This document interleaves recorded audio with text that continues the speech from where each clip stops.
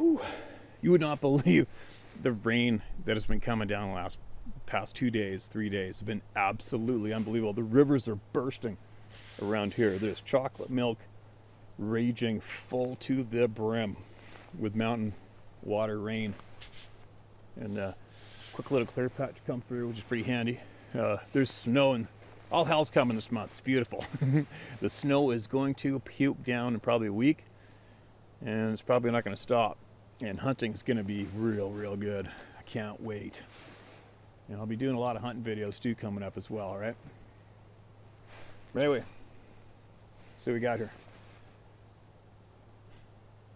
Steve, my name is Rick, and I'm 48 years old, and I've worked in corrections for 24 years. And I've always been straight shooter on the truth. Every story I've told has never been twisted or exaggerated at all. I can't stand people who exaggerate and twist the truth. I've been watching your channel for about a year now and appreciate what you do, and it takes guts. Thanks for the kind words, man. It takes guts for what you do, too. I grew up in a military family, and at the time of my incident, we lived in a military housing just off the base. I now live in southwestern Oregon, but at the time in '79, I lived in Massachusetts. Behind the military housing where I lived is a whole lot of woods. I've never seen anyone go back there except me and some other kids that I played with. I was 8 at the time, and I told my neighbor friend, who was about the same age, to get his bike so we could go to our spot in the woods, which was a trailhead that led into the woods, just a 5-minute bike ride down a dirt road. I took off a minute or two before him. I arrived at the trailhead and set my bike down and began walking up the trail, which went up a small hill, then down into the dark forest. I like to practice being stealthy when I walked in the woods so I don't scare animals because I like to see them. Well, as I walked quietly up the beginning of the trail, a Bigfoot was walking the same trail in the opposite direction, coming towards me from the forest. We damn near ran into each other. I shit you not. We were both walking up towards the top of the small hill, so we didn't see each other until we both crested the hill and then were visible to each other. I never heard it coming as it was silent. As soon as we saw each other, we both stopped walking and froze, facing each other. We were about 10 to 15 feet apart. This thing was walking just as smooth as a man, except it was huge. I mean, massive. It was the classic Bigfoot build, 8 to 10 feet, tall, covered in dark fur and huge shoulder width, and extremely powerful build. No human is built like that. Bigfoot was the only damn thing it could have been. It never made a noise, and I sensed that it was just as surprised as I was, and it felt like, oh shit, I've been seen, what do I do? I sensed intelligence as well. After seeing this, which was about 1 second, I immediately took off towards my bike and saw my friend pulling up on his bike. I was so scared that I screamed, go, go, go now. I took off back home faster than I've ever ridden a bike. I could have beat Lance Armstrong, no problem. I didn't make out any facial features on the creature because I was coming off a sunny road into the dark forest. Looking at dark hair-covered creature, my eyes hadn't quite adjusted yet, but there's absolutely no doubt about it, it was a Bigfoot. I was literally 10 to 12 feet from it. Also in about 2012, here in Oregon, I drove deep into the woods to visit Bolin Lake by myself one day. It was off-season, so nobody's around. That's where I experienced wood knocking for the first time, so one must have been eyeing me. Thanks for all you do, Steve. These things are real and very interesting to say the least. I'd rather keep my full name out, at least until I retire in just over a year. All right. That's close. That's being real close to one of those things. I think I'd pass on that. Well, who knows? You know what? I'm almost to the point. Sometimes I almost think I'm to the point. Just step out of the frickin' woods. And let's just stand there and look at each other. And get this bullshit. Just get it over with. Sometimes I think that. You know, you just get tired of the bullshit. Sometimes if you catch yourself looking over your shoulder or stressing at nighttime before you gotta go solo hunt in the morning, it just starts getting you, making you a little angry, you know. It's like any human being, fright is an emotion that can be described as anger. Probably 100% of us, when you get really scared, it turns to anger real quick, right? And take note, there's nothing more dangerous on the face of the planet than a scared human being. That's a very easily proven fact. But sometimes, you know, I mean, there's sightings all in that hill right behind me. There's sightings every year right there. This side of the valley, there's not as many. It's not as much game on this side of the valley as that side. Oh yeah, Toba Inlet. Remember Toba Inlet? That's where Albert Ostman was his name. That guy got snatched by that Sasquatch years ago. Reported. It's not that far as the crow flies in that direction, right there behind the camera. I'm definitely surrounded. I'm surrounded by them at any given time. But I wonder what it would take to get to the point for these people to realize, specific people, like say me as an example. All right, he knows all about us. The gig's up. We listen to him talking about us frickin' every 2 days in front of a camera. Let's just go out there and sit on a rock and look at him. We can look at each other for 15 minutes or whatever, right? I don't know. Or come out and talk. I haven't a clue. Wouldn't that be something else if that does happen? Would that be something else if that happened while my camera was rolling? Wouldn't that be crazy? Let's face it, I do intentionally film. 99%, aside from my boat, but 99% of the places I do this are where these beings frequent. So I don't think it'll happen out in the open here, but once I get timber hunting, I'm only going to be in the timber all day long, and I'm going to have to video when I got time. I'll have lunch and I'll make some of these videos in the forest, and I'll put myself up inside of the screen, and who knows, maybe one day one of them will just blatantly stand behind me without me knowing it, wave at all you guys, or flip you the bird, wherever he's going to do for a couple of minutes, wave and turn around and walk away. Wouldn't that be something else? What would it do to their existence if they did something like that? I don't know. I really don't know, because everybody knows about these things. The military knows about them. Everybody says the government. You know what? I say F the government. I have zero respect for our government, the Canadian government. I have zero respect for our government. All right? And it's pretty tough to have respect for other governments you may see on international television now and then when you catch yourself screwing up and watching it. So we have to learn to quit bringing up the government looking for approval from those douchebags. We just have to. It's all about us. You know, it's all about us. We got to have each other's back. Quit automatically not trusting each other, and quit attacking each other, and quit being offended so easily. Good God.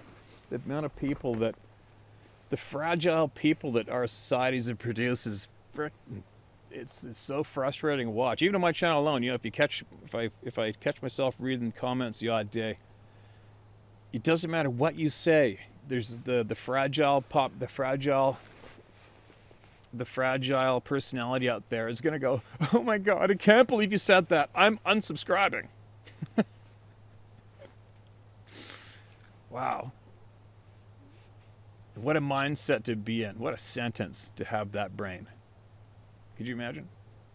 Somebody says something that you don't agree with, so you instantly blow a gasket, yell, scream, stomp your feet, insult them, and want to cancel their ass and make them disappear from your view.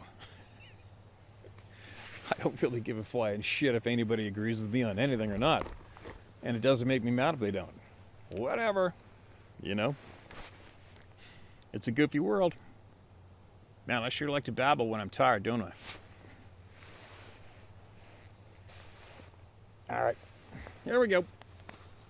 Hi, Steve. I haven't shared this story with many people, but you can use my name if you like. I really don't understand it myself until I watched the videos and heard the screams these people make. That is what I heard in the forest in '86 around Flagstaff, Arizona. About me, I grew up in Avon Lake, Ohio, born in '57. Good year for Chevy cars. Yes, it was. Loved to be in the woods. Voted most likely to live in a cave by my classmates. I moved to Arizona in '78. I didn't get into big game hunting till '82. Whitetail, mule deer, and elk. I was an avid bow hunter, and like you, I always used a Bear brand bow. I always hunted around the beautiful forest around the San Francisco Peaks and the north rim of the Grand Canyon. In 1986, I was drawn my first elk hunt in the San Francisco Peaks, which at the time was the best elk hunting in the country. Oh man, that must have been frickin' exciting getting that tag. That day I arrived at camp. I unpacked and set up the tent and gathered firewood for the night. It was dark by that time, and I was just getting ready to light the fire when I heard a voice sound that scared the shit out of me. Not from a man, but from something else. When I get scared, I mean really scared. My ears will pull back like a dog. Must be instinct. It was very dark, and the forest was thick. It was about 30 to 35 yards away from me, and was pissed off, screaming and yelling, pacing back and forth. I couldn't see anything. My flashlight was not very good, not thinking of turning on my truck lights. This continued for 35 minutes. I was frozen in fear. When I was able to move again, I ripped up the tent and gear, threw it in my truck, and I got the hell out of there. I still hunted the area, but never alone. I'm a pussy, right? Thanks for listening. Sorry for the grammar errors. Not much of a writer. Thanks, Steve, for your channel. Brian McGrath. Brian, you didn't tell me what happened with the elk tag. Did you get one? God, I hope you did. I was on Kodiak Island, and I was cameraman filming a brown bear hunt. And our Alaskan guide, it was springtime. Oh no, this isn't Kodiak. This is north of Anchorage, whatever mountains those are. I think we're like an hour and a half flight north or west of Anchorage. I think probably northwest of Anchorage. And we landed on a frozen lake on skis, and we were hunting brown bear there. And I remember my hunting guide, kick-ass guy, sheep guide, outfitter, Alaskan sheep guide, outfitter, brown bear guide. And he said, quote, "No, I don't believe in Bigfoot, but I did have something weird happening one time." And then he goes on to tell us that he was in Oregon, family's property, I think. Takes his dog, goes hiking up in the back 40 in the hills to camp overnight. I don't know if he was deer hunting or what, I forget that part.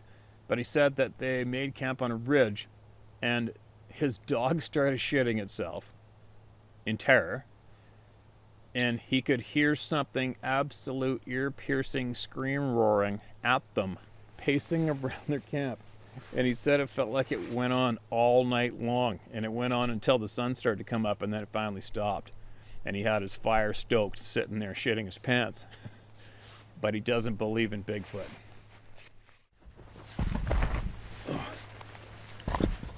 It's getting colder.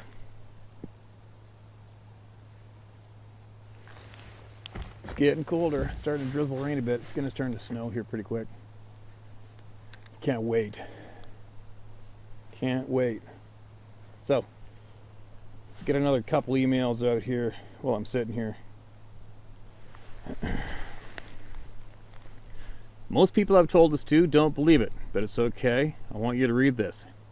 My name is Nathaniel Brewer, and my best friend that is with me is Rayford Brown. This happened about 6 years ago in the Chattahoochee River in Whitesburg, Georgia, at a place called McIntosh Reserve. It's a primitive campground on a Native American village site.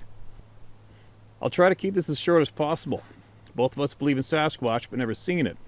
So while catfishing from the bank, Ray, just messing around, started knocking trees and doing his best Bigfoot calls just before sunset. That's basically not a good idea. The area was loud at the time, with coyotes yipping in the distance and birds singing all around us. Birds stopped right before dark, but the coyotes got closer and louder. It was a good-sized pack, too. Ray was getting louder, too, and just then we heard a very loud, crazy-sounding howl, like a wolf demon woman from hell. The coyotes instantly shut up. Everything around us did. It was a very eerie feeling. Then all of a sudden, trees on the other side of the river started getting ripped down and thrown everywhere. It sounded like a rabid gorilla going totally crazy. Then it stopped. Ray and I just stared at each other like, what the F was that? After about 10 minutes, we just sat back waiting on a bite. Oh yeah. After about 10 minutes, we just sat back waiting on a bite. Would have been long gone after that craziness, but we had been dropped off there and really nowhere to go if we wanted to. That sucks. Just as our nerves settled down a bit, a huge splash erupted about 10 feet in front of us. Scared the hell out of us both, but we both thought beaver. Bad timing, but had to be a beaver, right? Then another, this time 5 feet in front. Okay, what the hell? Damn beaver. Then another around the same spot, but this time he could hear the rock hitting the rock bottom. About that time we were backing away from the river and a basketball-sized rock hit the bushes 2 feet to my left. We ran up the bank so fast and left everything in the sand below. I about shit myself for real. I told Ray, he pissed it off, and he agreed. More thrashing in the woods across the river and a lot more huge rocks thrown. My dog Dixie was losing her mind, and I think I was too. I wanted to leave, but it was impossible at this point, so we got real quiet and I took my butt into the tent. Ray said, you don't leave me out here with this thing going nuts. I told him to go to bed. We made it mad. He stayed quiet but stayed out with the roaring fire the rest of the night. Both of us could not sleep at all that night. We had a pellet gun and a few machete, and the pit bull. Ray swears he heard it swim across the river that night, and when it came up out of the water, made strange gurgling sound, and he could hear the water pouring off whatever it was onto the rocks. Climbed the bank and just stand outside the firelight. We could feel its presence. I moved back to Maine a few years ago, but still remember that like it happened this morning. Thanks for reading. This is the first time I've ever actually written it out. I love your channel, by the way. If you decide to share this, it's fine to use our names. I know what that thing was, and I don't care if anyone believes or not. All right, man. Thanks for sending us that email, Nathaniel. And I'd almost bet the farm that you're not going to go whapping on trees and whooping in the night anymore, are you? Like they all say, careful what you ask for, especially when it comes to these things. You know, there's not too many people out there. I've never heard of anyone, even people that are intentionally looking for these things. I've never heard of anyone going bolting up to go try to run up to its face and shake its hand when the shit starts going down. Not yet, anyway. Starting to rain. Let's get another one going here.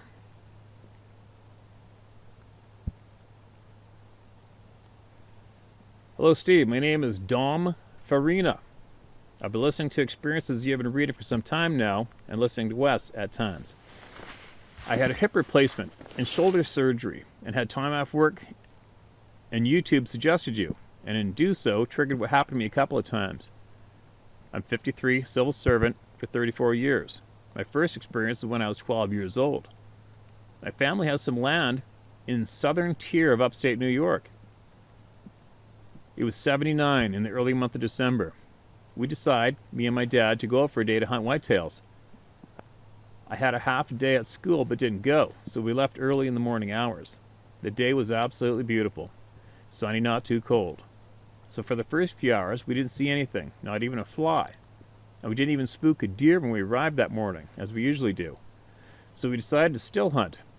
We had a northwestern breeze, not much, so we headed east and then north, climbing the mountain. Not really a mountain, but it's very high. After about an hour or more, we moved into the breeze and were close to the top. We were about 25 feet apart. He was below me to my left, slowly moving into the northwestern wind. Now we're in a heavily wooded area. Down trees, big trees, etc. My dad had a 30-30.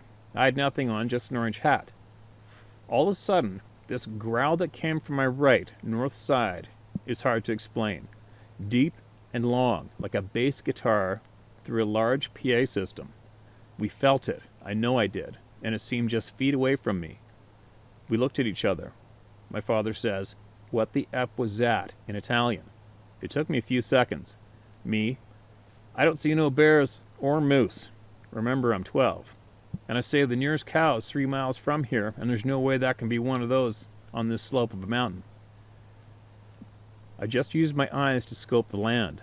Nothing sideways, just standing trees. And fallen trees laying on the ground. So we stared at each other like we saw Medusa. Still, then my father stares behind me and says, "Well, this gun ain't gonna kill it." And then I knew something ain't right. My dad lived in Venezuela for 7 years. He has seen all of what the jungle offers there. So I knew he never heard such a sound. He knew nothing of Bigfoot, zero. Me, on the other hand, saw a clip of Patty, but at the moment never crossed my mind. So we walked very slowly down to our camper, and then home, 3-hour ride. Later that week, I came home from school, and my father calls me to the basement. Hey, look what I bought. 444 Marlin. And says, this'll kill it. I looked at him and say, okay, but we can't go for deer with that. We never spoke about that day ever to my mom or my sisters. My father passed a few years ago. Wish we did chat about it.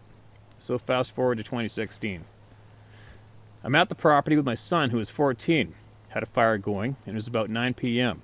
when we heard a long whoop down a driveway. My son looks at me with his mouth open, and I go for the 12 gauge and flashlight. Shoot the light in the direction and saw nothing. I never heard that sound in my life. It was at ground level and directed to us. Although I never saw anything, just listening to these events people had, I believe there's something out there. I've been hunting now going on 40 plus years, and those sounds, 2 of them, I have no clue what made them. I carry a 40 SW with me when I bow hunt with 2 clips. Thank you for what you do.